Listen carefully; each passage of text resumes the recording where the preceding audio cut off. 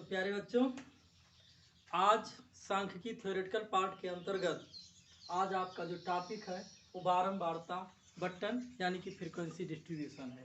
जैसा कि प्यारे बच्चों हम हर वीडियो में आपको बता चुके हैं कि ये सांख्यिकी का थ्योरेटिकल पार्ट चल रहा है, यानी कि परिभाषा चल रही है। अभी न्यूमेरिकल पार्ट नहीं चल रहा है। न्यूमेरिकल पार्ट जो है इसके बाद जो है वीडियो में चलेगा, जब हम आपको माध्य मध्यिका और बहुलक से परिचित कराएंगे। तो थ्योरेटिकल पार्ट के अंतर्गत आइए आज हम लोग देखते हैं बारंबारता बंटन फ्रीक्वेंसी डिस्ट्रीब्यूटर। क्या है बारंबारता बंटन? क्या चीज है बारंबारता बंटन? तो यहाँ पर देख रहे हैं फ्रीक्वेंसी, यहाँ लिखा है डिस्ट्रीब्यूशन। अगर देखा जाए फ्रीक्वेंसी का मतलब भी बारंबारता होता है और डिस्ट्रीब्यूशन का मतलब होता है बांटना, और जिसको बंटन नाम दिया गया है।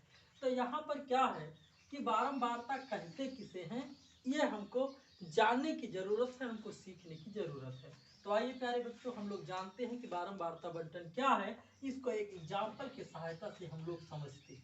ठीक है, जैसे कि प्यारे बच्चे मान लीजिए 10 छात्र हैं और उनका मान लीजिए कि इंग्लिश विषय में जो है टेस्ट होता है, अंग्रेजी टेस्ट होता है, और वो जो नंबर पाते हैं बच्चे वो देखिए इस प्रकार से पाते हैं। मान लीजिए एक बच्चा 20, 22, 18, 17, 15, 22, 20, 15, 2, 2, 4, 2, 6, 2, 8 और रख लीजिए 18 और 14। इस प्रकार से मान लीजिए नंबर पाया हुआ है बच्चा। हम इसी एग्जाम्पल की सहायता से बच्चों समझेंगे कि बारंबारता किसे कहते हैं। ठीक है, तो आप क्या देख रहे हैं बच्चों कि आपका एक आंकड़ा दिया गया है जिसका आपको टेबलाइजेशन करना है, जिसको आपको सारणी बनाना है। तो देखिए एक तरफ हम लिख देते हैं अंक प्यारे बच्चों, और एक तरफ लिख देते हैं छात्रों की संख्या। हमने इस प्रकार से बना लिया, एक तरफ हमने अंक लिख दिया और एक तरफ हमने छात्रों की संख्या लिख दिया। ठीक है, हमने आपको बार बार बताया है किसी डाटा को जब हमको लिखना रहता है तो उसको हम आरोही या अवरोही क्रम में व्यवस्थित कर लेते हैं, जिससे हमको लिखने में केवल और केवल आसानी के लिए ऐसा कहा जाता है। तो देखिए जैसे मान लीजिए इसमें हम 14 नंबर सबसे कम दिख रहा है, हमने 14 लिख दिया। तो 14 नंबर पाने वाले की छात्रों की संख्या कितनी है? एक इकलौता बच्चा 14 नंबर पाया है, तो यहाँ पर लिख दिए छात्रों की संख्या 1। तो ये देख के आपको क्या बताए, जैसे आप टेबल देखेंगे आपको ये नहीं देखना पड़ेगा, आप इसी को देखकर तुरंत बताएंगे कि 14 नंबर पाने वाले छात्रों की संख्या कितनी है? 1 है। इसके बाद इसी तरीके से 15 देखें तो 15 कहाँ कहाँ पे है? एक बार 15 यहाँ है, एक बार 15 यहाँ पर है, तो 2 जगह है, यानी कि 15 नंबर पाने वाले बच्चों की संख्या कितनी है? 2 है। 15 के आगे चलते हैं तो इसमें सबसे बड़ी गिनती इसके बाद 17 है। 17 नंबर पाने वाले ये बच्चा है और 17 कहीं पर भी नहीं है, यानी एक सिंगल है। 18 नंबर पाने वाले को देख लेते हैं, 18 एक बार यहाँ पर है, एक बार 18 यहाँ पर है, तो 18 नंबर पाने वाले बच्चों की संख्या कितनी है प्यारे बच्चों? 2 है। इसके बाद 18 के बाद हम 20 देख लेते हैं, 20 नंबर पाने वाले बच्चों की संख्या जो है 2 है। और इसके बाद हम 22 नंबर पाने वाले छात्रों की संख्या देख लेते हैं, वो भी कितनी है? 2। ठीक है, तो 2, 2, 4, 2, 6, 1, 7, 2, 9, 1, 10, यानी कि हमने जो देख कर डाटा लिखा हुआ है ये सही है। तो हम क्या समझ रहे थे बच्चों? बारंबारता। बारंबारता की परिभाषा को अगर आप एकदम शुद्ध देसी भाषा में समझना चाहें प्यारे बच्चों, तो बारंबारता का मतलब समझ सकते हो कितनी बार कुछ रिलेट लगता है, बारंबारता कितनी बार। ठीक है, तो जैसे 14 1 है, यानी 14 नंबर पाने वाले छात्रों की संख्या 1 है, 15 नंबर पाने वाले छात्रों की संख्या 2 है, 17 नंबर पाने वाले छात्रों की संख्या 1 है। तो जो ये छात्रों की संख्या है प्यारे बच्चों, और इसी को समझ सकते हो कि 14 इसमें एक बार आया है, 15 2 बार आया है, 17 एक बार आया है, 18 2 बार आया है, 20 2 बार आया है। तो ये इतनी बार आया है और इसी संख्या को हम बारंबारता कहते हैं, यानी किसी छात्रों की संख्या को हम क्या कहते हैं प्यारे बच्चों? बारंबारता कहते हैं। और इसको इंग्लिश के स्मॉल लेटर एफ से जनरली डिनोट किया जाता है। और जो हमारा अंक रहता है प्यारे बच्चों, इसको हम आंकड़ा कहते हैं, और इसको इंग्लिश के कैपिटल लेटर एक्स से सामान्यतः डिनोट किया जाता है। क्योंकि अब प्यारे बच्चों थ्योरेटिकल पार्ट से हम लोग बहुत धीमे धीमे न्यूमेरिकल पार्ट में बढ़ेंगे, और पूरा न्यूमेरिकल आपको तब देखने को मिलेगा जब हम central measure of control tendency chapter का जो है अध्ययन करेंगे, यानी केंद्रीय प्रवृत्ति की मापी।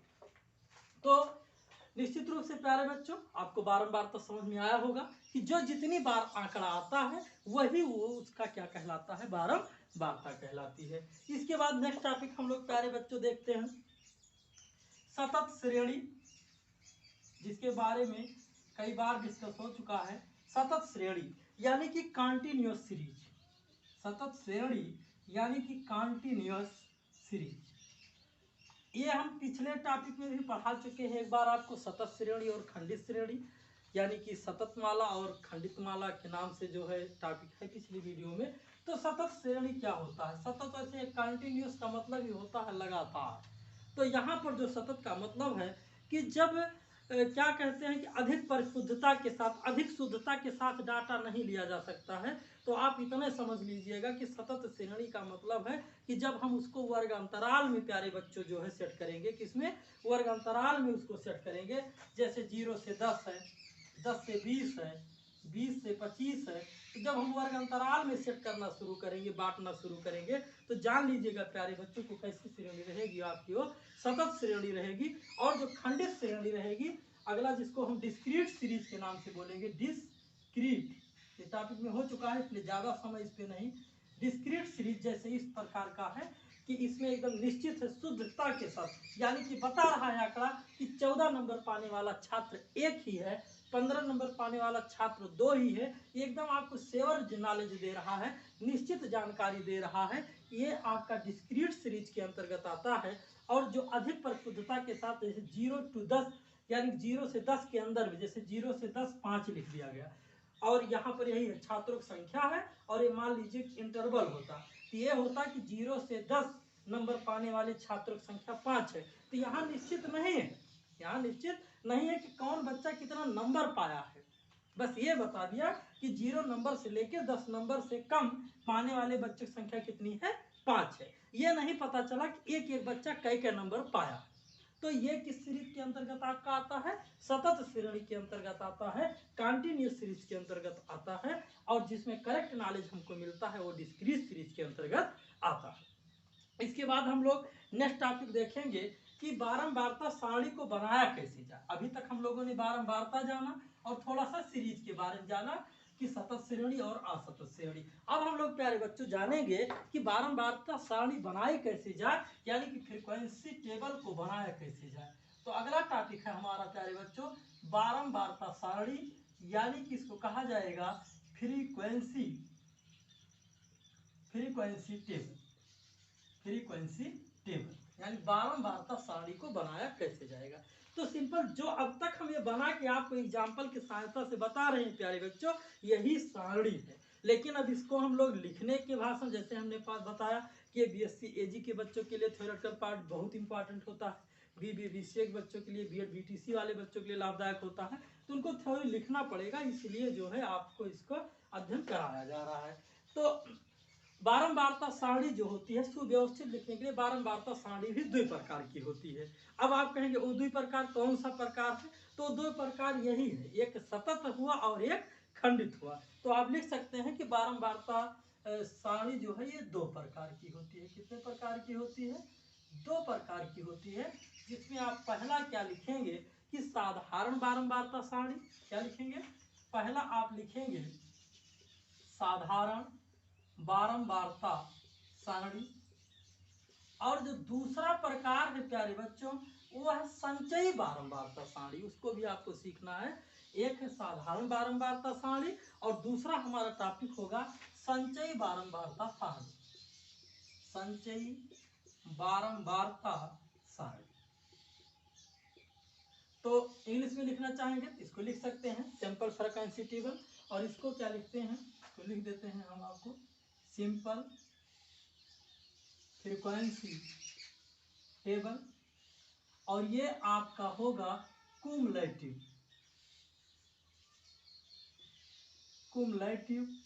Frequency table. फ्रीक्वेंसी टेबल जिसको शॉर्ट में हम सीएफ भी कहते हैं। क्या कहते हैं? सीएफ कहते हैं, यानी कम्युलेटिव फ्रीक्वेंसी, यानी कि संचयी बारंबारता। ठीक है। तो अब ये देखना है आपको दो बारंबारता सारणी कितने प्रकार की होती है प्यारे बच्चों। तो बारंबारता सारणी हमारी जो है दो प्रकार की होती है, एक साधारण बारंबारता सारणी और एक संचयी बारंबारता सारणी। इसके बाद साधारण बारंबारता सारणी की जब बात आएगी तो ये द्वि प्रकार का आपका सारणी बनेगा। साधारण बारंबारता सारणी किस प्रकार का बनेगा, द्वि प्रकार का बनेगा, और दोनों प्रकार है क्या, वही एक आपका सतत श्रेणी या सतत संचय सतत बारंबारता कहेंगे, और एक आपका वही खंडित बनेगा। यानी कि अगर इंग्लिश में कहना चाहेंगे तो एक आपका डिस्क्रीट बनेगा और एक आपका क्या बनेगा, कॉन्टिन्यूअस बनेगा। ठीक है, तो एक आपका कॉन्टिन्यूअस यानी सतत बारंबारता सारणी होगी और एक आपका डिस्क्रीट फ्रीक्वेंसी टेबल होगा यानी कि खंडित श्रेणी होगी। तो सतत के अंतर्गत कौन लिया जाएगा, सतत के अंतर्गत हमने बताया कि वर्ग अंतराल लिया जाएगा। क्या लिया जाएगा, वर्ग अंतराल लिया जाएगा। L1 से L2 कहा जाएगा। L1 से L2 जैसे 0 से 10 लिखा गया है, 10 से 20 लिखा गया है, तो ये आपका सतत श्रेणी के अंतर्गत आएगा जो है। और इसकी पहचान कैसे है, वर्ग अंतराल से करेंगे, और इसमें जो हमको जानकारी रहेगी वो उसकी परिशुद्धता यानी कि वो एकदम एग्जैक्ट नहीं रहेगा। जैसे अभी पिछली वीडियो में हमने बता चुका है कि जो ये कॉन्टिन्यूअस होता है ये दशमलव भी ले लेगा, जैसे 30.1 भी ले लेगा, 30.5 भी ले लेगा, लेकिन आपका जो डिस्क्रीट रहेगा तो उसमें जो है एकदम एग्जैक्ट ही संख्याओं को लेता है। तो इस प्रकार से आप इसको भी जान सकते हैं, डिस्क्रीट और सतत। अब इसके बाद डिस्क्रीट में हो गया आपका, और सतत श्रेणी में भी आपको प्यारे बच्चों बताना चाहेंगे कि सतत श्रेणी में भी द्वि प्रकार है। सतत श्रेणी में भी द्वि प्रकार है। तो सतत श्रेणी में सोचेंगे कि द्वि प्रकार कौन सा है, तो ये दोनों प्रकार भी आपको जानना जरूरी है। एक आपका एक्सक्लूसिव होता है और एक आपका इंक्लूसिव होता है टॉपिक है। तो एक्सक्लूसिव को हिंदी में हम लोग प्यारे बच्चों अपवर्जी विधि कहते हैं, अपवर्जी विधि कहते हैं, और दूसरे को इंक्लूसिव कहते हैं, यानी उसको हिंदी में हम लोग अंतर्वेशी कहते हैं, अंतर्वेशी विधि कहते हैं।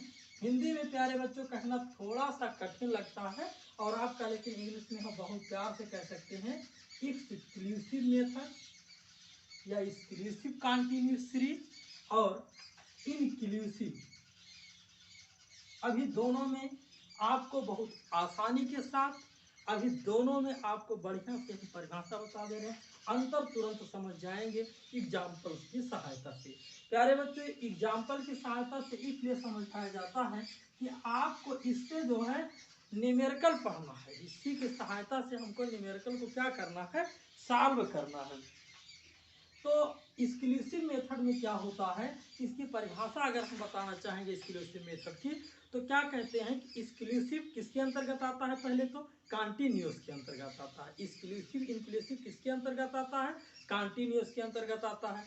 जब बात हम कॉन्टिन्यूअस की कर देंगे तो तुरंत आपके दिमाग में क्लिक करना चाहिए कि इसमें वर्ग अंतराल की बात होगी, और जब इतना आप समझ जाएंगे कि ये वर्ग अंतराल के बारे में बात कर रहा है तो आप जान जाएंगे कि L1 से L2 होगा। L1 को हम निम्न सीमा कहते हैं और L2 को हम उच्च सीमा कहते हैं।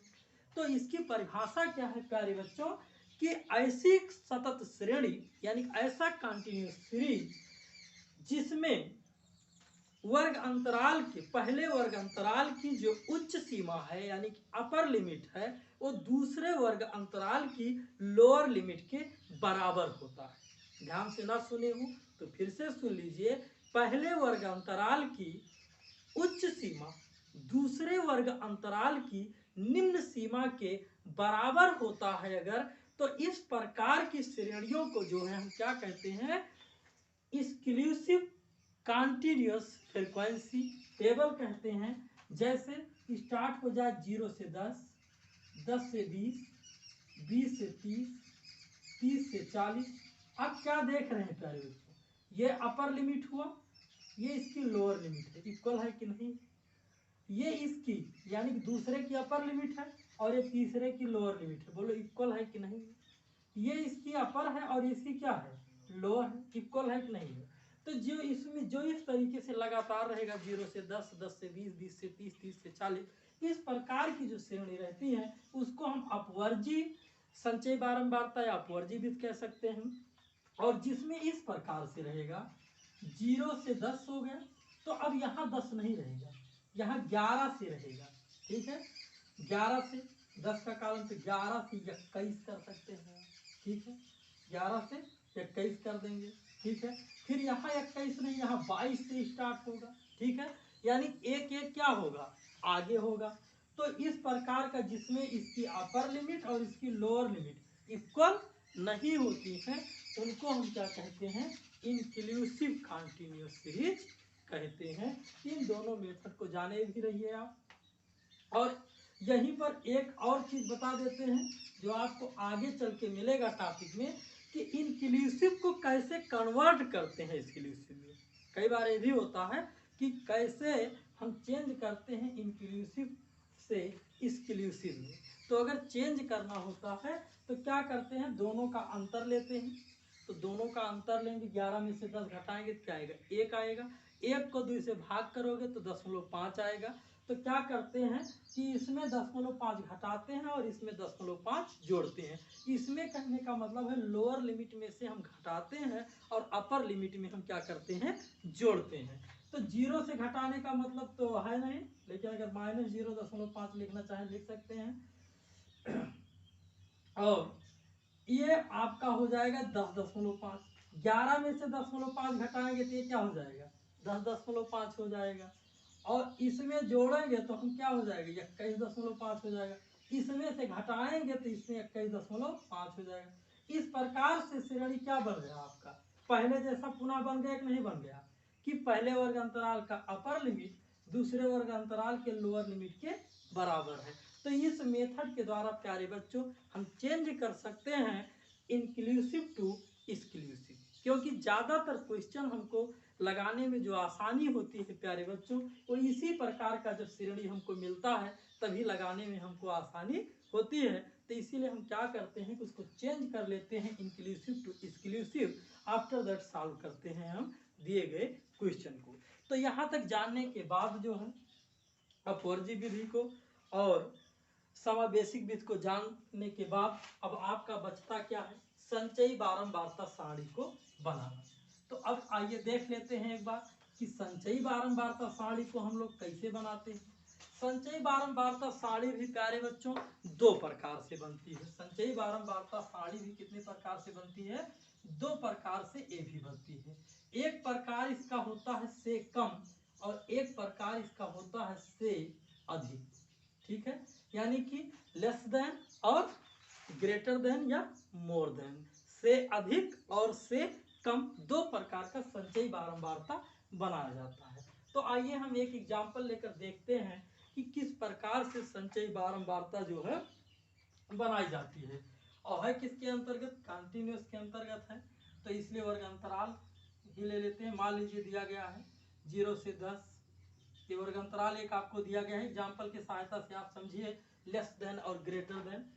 0 से 10, 10 से 20, 20 से 30, 30 से 40, 40 से 50।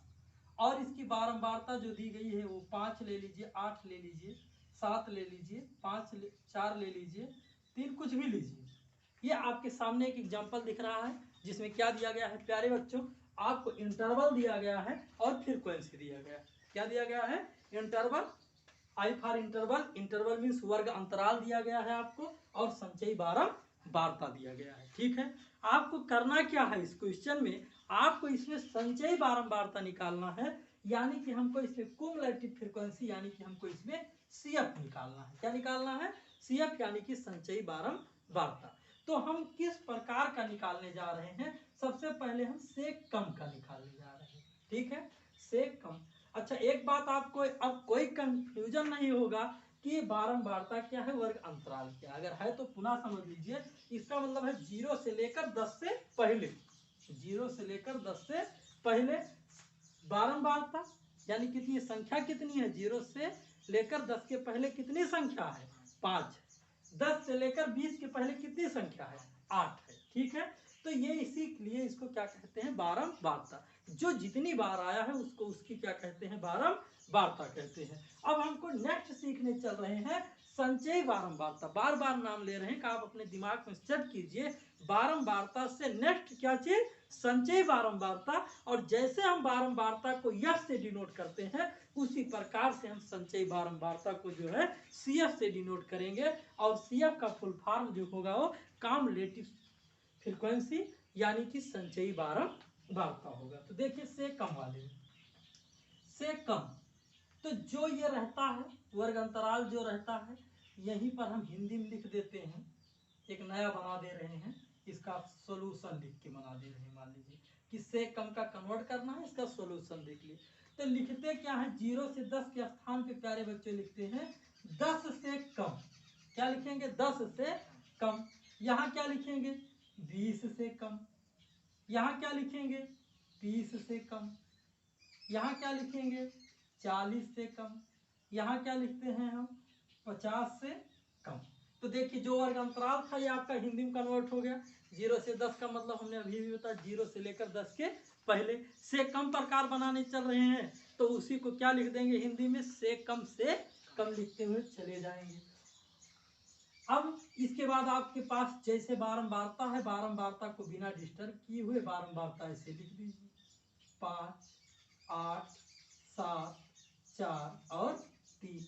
अब हमारा मेन काम क्या है, संचयी बारंबारता को लिखना। देखिए प्यारे बच्चों, इस चीज को आपको कई बार बताया जाएगा जब आपको मीन मीडियन मोड यानी माध्य मध्य का बहुलक बताया जाएगा। लेकिन अगर यहाँ पर आप इस चीज को समझे रहेंगे तो वहां पर आपका सारा दिमाग माध्य मध्य का बहुलक को ही समझने में होगा, नहीं तो आप इन्हीं टेबल को ही समझने में आपका समय जाया होगा। इसलिए यहीं पर मेहनत करके समझ लीजिए आगे, ताकि आपको फार्मूला मिले और फार्मूला अप्लाई कीजिए और आप आंसर प्राप्त करें। इसलिए यही समझना इसको जरूरी है। क्या करेंगे, यहाँ पर हम सीएफ लिख दे रहे हैं यानी कि संचयी बारंबारता। से कम वाले में 5 का 5 ही लिखते हैं, 5 का 5 ही लिखते हैं। अब यहाँ पर भी समझ लीजिएगा अगर थोड़ा सा तो बड़ा ही अच्छा रहेगा आपको। जैसे इसको क्या आप पढ़ के आए, अभी हमने बताया था कि जैसे एक अंग्रेजी टेस्ट हुआ था, एग्जाम्पल दिए थे, 10 बच्चे नंबर पाए थे। तो वहां पर हमने क्या बताया था, तो वहां सब 0 से 10 का मतलब 0 से लेकर 10 के पहले, 0 से लेकर 10 के पहले कितने छात्र हैं, 5 छात्र हैं। कितने छात्र हैं, 5। यानी 0 नंबर से ज्यादा और 10 नंबर से कम पाने वाले कई छात्र हैं, 5 छात्र हैं। अगर उसी एग्जाम्पल से समझे तो यानी कि 5 छात्र यानी 10 नंबर से कम कई छात्र पाएंगे, 5। तो लिख दिया गया यहाँ पर 5। फिर आया 20 से कम, 20 नंबर से कम कई छात्र। यही एक लाइन जो अब बोलने चल रहे हैं प्यारे बच्चों, अगर इसी को आप समझ लेते हैं तो समझ लीजिए कि आपके समझ में आ गया। देखिए इसका मतलब है 10 नंबर से ज्यादा और 20 नंबर से कम पाने वाले कई छात्र हैं, 8। कई छात्र हैं, 8 छात्र हैं। अब हमको बताइए कि जो 20 नंबर से और 10 नंबर से ज्यादा और 20 नंबर से कम पाए हैं कई छात्र, 8 नंबर। अब 20 नंबर से कम उनको भी तो माना जाएगा। अगर बात कहेंगे 20 से कम पाने वाले तो बताओ जो 10 से कम है वो 20 से कम होंगे कि नहीं। जो 10 नंबर से कम पाए हैं प्यारे बच्चों वो 20 नंबर से तो कम पाए हैं, निश्चित रूप से कम पाए हैं। मान लीजिए कोई बच्चा 5 पाया, कोई बच्चा 18 पाया। तो 18 अगर 20 से कम है तो क्या 5 20 से कम नहीं है, 5 भी तो 20 से कम है। तो 20 से कम में प्यारे बच्चों अब कई के धारा हो गए, कई बच्चा हो गया आपके पास, 13 बच्चे हो गए। बस इसी मेथड को समझते चलना है और जोड़ देना है, 8 5 13 हो गए। 30 से कम नंबर पाने वाले ये तीनों छात्र होंगे आपके, और ये कितना होगा, 13 7 20 होंगे, और 20 4 24 और 24 3 27। इस प्रकार से हमारा ये टेबल तैयार हो जाता है से कम संचयी बारंबारता। अब बात करते हैं बनाएंगे कैसे, तुरंत ही जैसे मिलेगा। तुरंत बनाने के लिए दिमाग में सेट कर लीजिए, ऊपर वाला सेम लिख देंगे, उसके बाद तिरछा जोड़ते हुए चले आओगे, दिख भी रहा होगा आपको।